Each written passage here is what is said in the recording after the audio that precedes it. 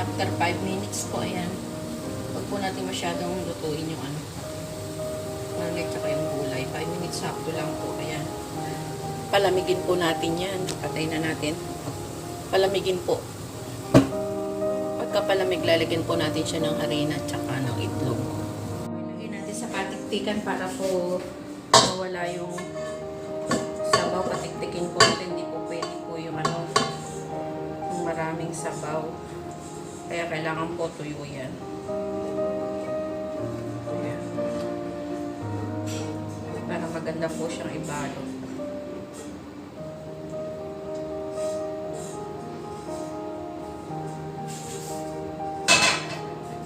Ayan po. Kailangan patiktikin natin siya dito. Kasi marami pong sabaw yan. Hindi po pwede marami sabaw. Ayan po, tumutulo. Ayan, patiktikin lang po natin dito. Nating iluto. Ilagay natin dito sa patiktikan. Ayan. Strainer natin sa patiktikan para po tumigtik yung ibang sabaw. Hindi po kasi magandang balutin pag malambot. Ayan, patiktikin lang po natin. Hayaan natin dyan. Patiktikin natin. Ayan po, tiktik na. Ayan. Saka na natin yun. Lagyan na po natin dito ulit. Saka po lagyan natin ng kalahating cup na harina.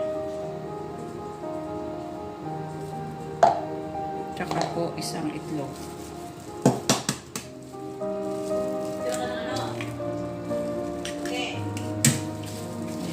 Haluin lang po. Haluin lang po maigi. Ayan. Mainit. Ayan. Ayan po. Buksan natin itong itlog. Kunin po natin yung puti. Ayan po yung gagamitin natin na pansara dun sa ating lumpia. Ayan.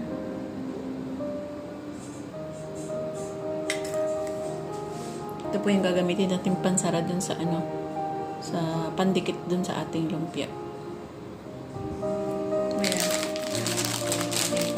Ito po yung gamit ko dito. Ito lang po yung available dito.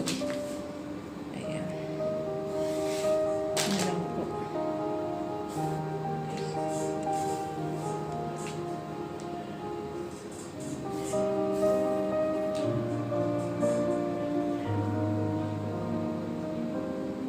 Ganyan lang po. Tapos hatiin natin sa gitna.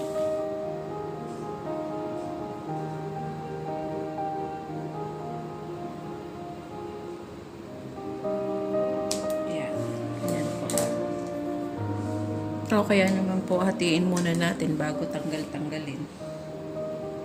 Ayan.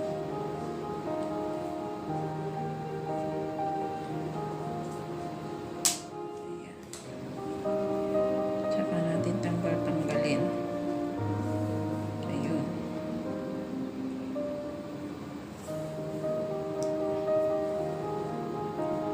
Ayan po.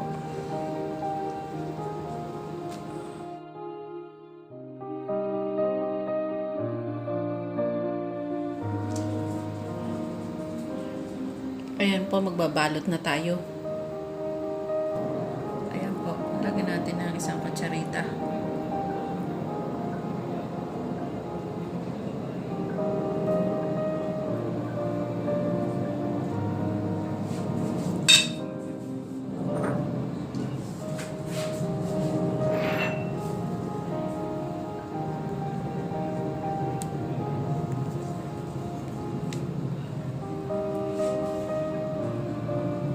Pag-abutin lang po yung dalawang sulok. Ayan.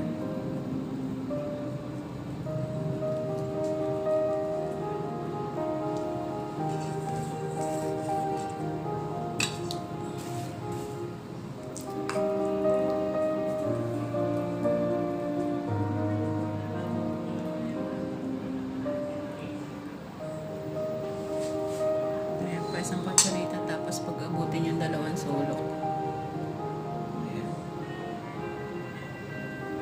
Lagyan ng puti ng itlog. para dumikit. Ayan.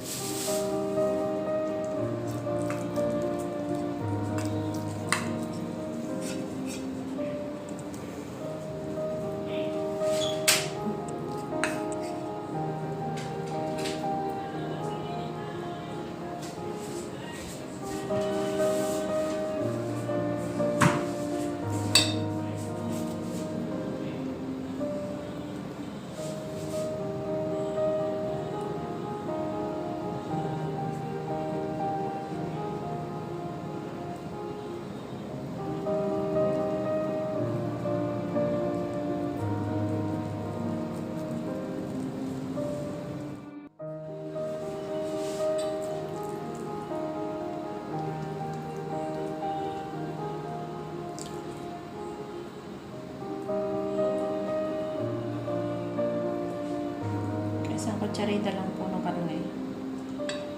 Pag-abutin lang po ito. Ayan. Dalawang sulok.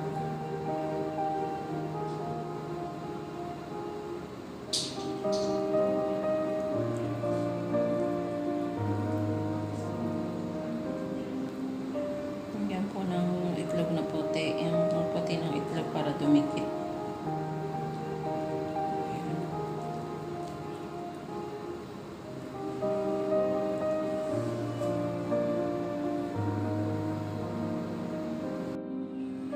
Pantay-pantay po.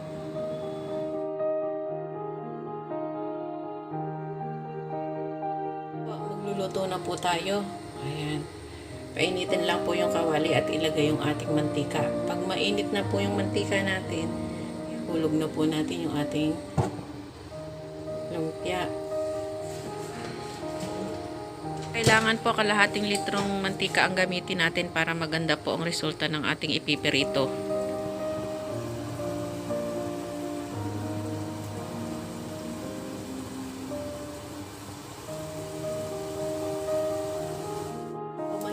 Po yung apoy natin. Ayan. Hinaan lang po yung apoy. Ayan.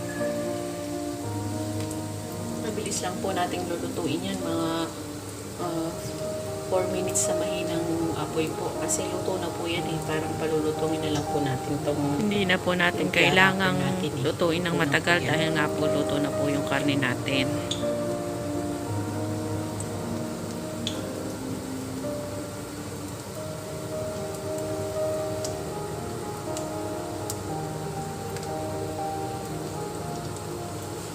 Brownin lang po natin yung ating lumpia. Pag brown na po, bilhin natin.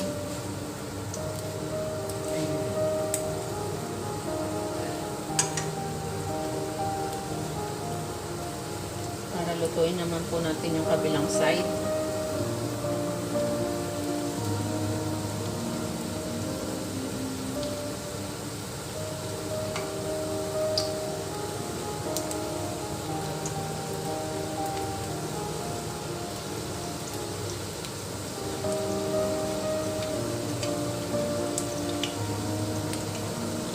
Ayan. 2 minutes po sa kabilang side, 2 minutes din po sa kabilang side. Ayun. Basta pa nag-brown po, yan, luto na po yan. Mas maganda po kung nakalubog yan sa mantika, mabilis pong lutuin. Ayan.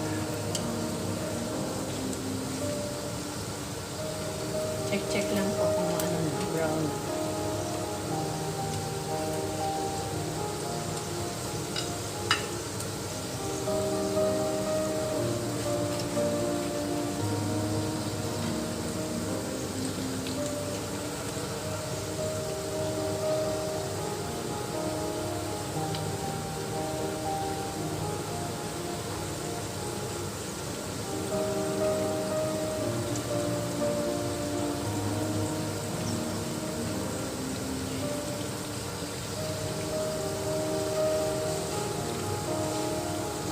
Ayan po, luto na. Hanguin na natin.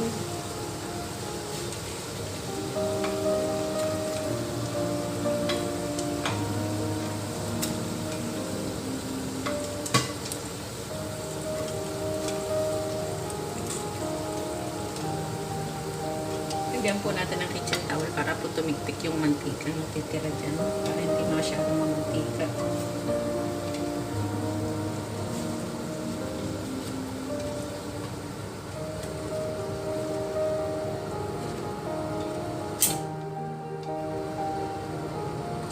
Ayan.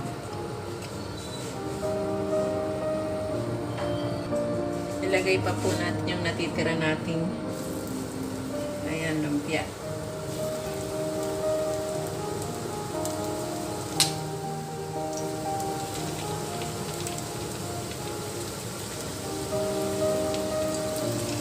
Same procedure lang po. Yun. 2 minutes po. Magkabila. Hanggang sa maluto. Ayan po. Luto na po uli. Luto na po ang ating lumpiang Shanghai. Ayan. Malutong po siya at saka ang bango. Siyempre po hindi mawawala yung ating sausawan suka. May sili, bawang.